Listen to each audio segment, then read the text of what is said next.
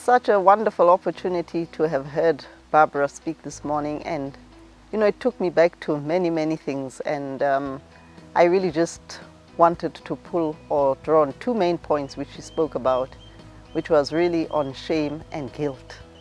And shame and guilt are really such difficult issues to deal with, and this is my experience in terms of what I've gone through, where for 19 years I just didn't tell anybody about the fact that I had been abused, and that was sexually abused by a next door neighbor.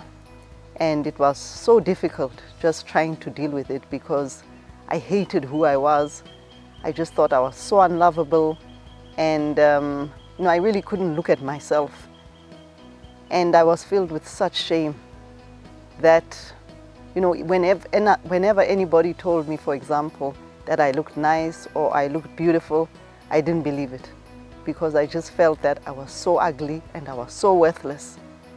And it took me many years to ultimately begin to talk about it. And when I did talk about it, it was not, initially of course it was not easy, but the Lord was, I believe, who made me to be able to start talking about it. Because after that experience of the abuse, 19 years in total silence, trying to pretend to be like everybody else, and ultimately then when I came to the Lord, to know the Lord as Savior, that was when then I began to find a new hope and a new identity. And just trying to recreate that identity was such a difficult task.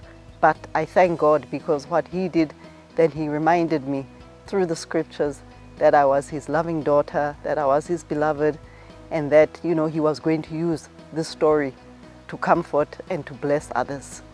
Because soon after I became a Christian, the Lord gave me a vision, and in this vision I was standing in front of many young girls, and I didn't know what that vision meant.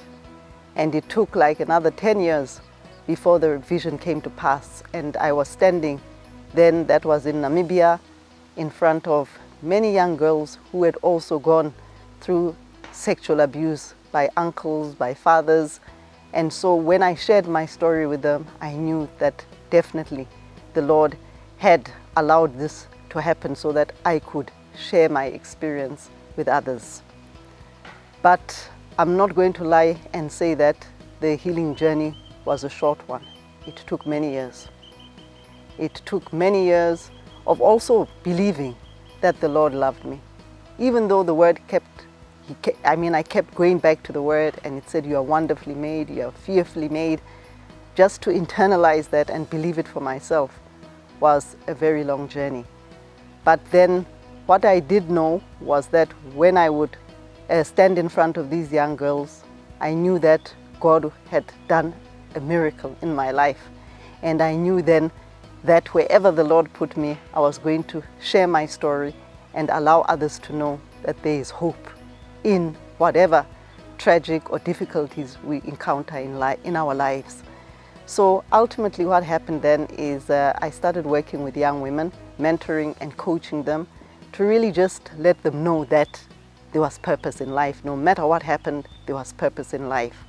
So we set up when I say we, I along with other ladies, we set up the Daughters Destined for Purpose, which is a charity which works on two main objectives. Firstly, to build or to develop mentorship programs.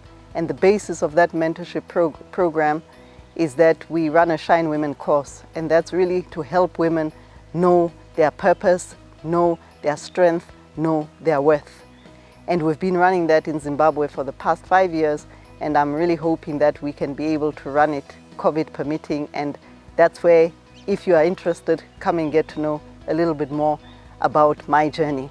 And secondly, the other objectives of DD4P is to raise awareness and to advocate for gender-based violence. And we are specifically targeting teenagers through a poetry competition, which we've been having every single year since 2016.